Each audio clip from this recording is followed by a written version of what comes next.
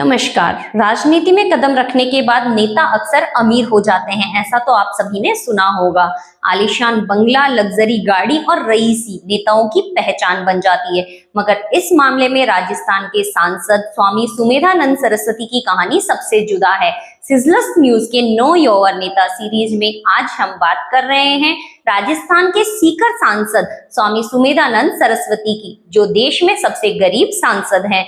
चुनाव सुधार की दिशा में काम करने वाली संस्था एसोसिएशन ऑफ डेमोक्रेटिक रिफॉर्म ने मार्च 2019 को देश भर के सांसदों की संपत्ति को लेकर अपनी रिपोर्ट जारी की थी, जिसके मुताबिक सीकर के भाजपा सांसद सुमेधानंद सरस्वती को भारत का सबसे गरीब सांसद घोषित किया गया। उस समय सीकर एमपी की कुल संपत्ति 34,311 रुपए थी।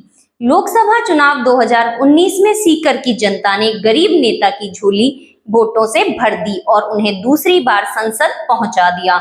बीजेपी ने लोकसभा चुनाव में निर्वाचन क्षेत्र सीकर में इन पर फिर से दांव लगाया है। तो चलिए आज हम इनके निजी व राजनीतिक जीवन के बारे में बात करते हैं। 1 अक्टूबर 1951 को जन्मे स्वामी सुमेधानंद सरस्वती भारतीय राजनीति और आध्यात्मिकता में एक प्रमुख व्यक्ति हैं। वह 2014 से सीकर के लिए लोकसभा सदस्य के रूप में कार्यरत हैं। वह भारतीय जनता पार्टी के सदस्य हैं। वह आर्य समाज का भी हिस्सा हैं।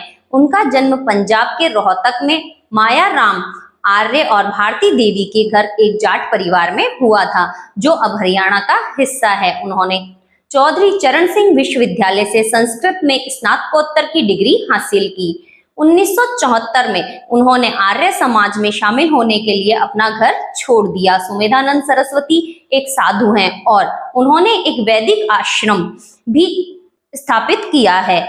अपने राजनीतिक कैरियर से पहले वह आर्य समाज से संबद्ध दिल्ली स्थित संगठन सर्वदेशिक आर्य प्रतिनिधि सभा के कार्यकारी अध्यक्ष थे। उन्होंने गौरक्षा और सांस्कृतिक परंपराओं और वेदों की शिक्षा के लिए अभियान चलाए हैं। वे लेखक तथा पत्रकार भी रहे हैं। उन्होंने ब्रह्मचर्य संदेश व ब्रह्मचर्य सुक्ता ऑफ वेद किताब भी लिखी है। विभिन्न पत्रिकाओं का संपादन भी करते रहते हैं तथा लेख भी लिखते रहे हैं। 2014 के लोकसभा चुनाव से पहले भाजपा ने घोषणा की थी कि वह सीकर निर्वाचन क्षेत्र से चुनाव लड़ेंगे। उन्होंने स्थानीय पार्टी नेताओं के विरोध के बावजूद चुनाव जीता, जो उन्हें बाहरी मानते थे।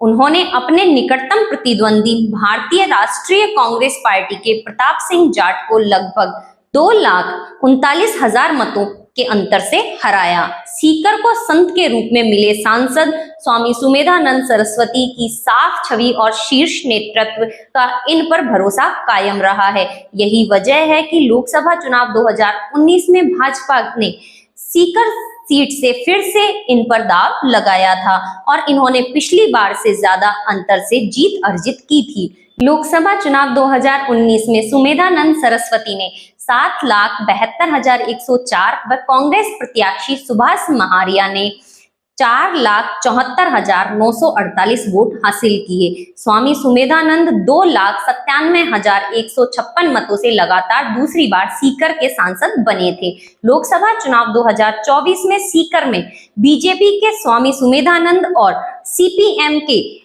अमरा राम के बीच कड़ी टक्कर होगी। ऐसा लग रहा है कि इस बार सीकर में जीत की हैट्रिक लगाना बीजेपी के सुमेधानंद के लिए चुनौतीपूर्ण होगा।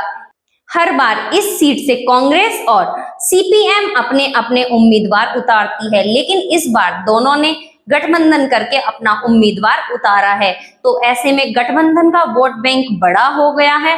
राजस्थान में लोकसभा की इस सीट पर मुकाबला रोचक हो गया है। सुमेधानंद सरस्वती अपनी सीट बचाने में कामयाब हो पाएंगे या नहीं, चलिए इसका पता तो बाद में चलेगा।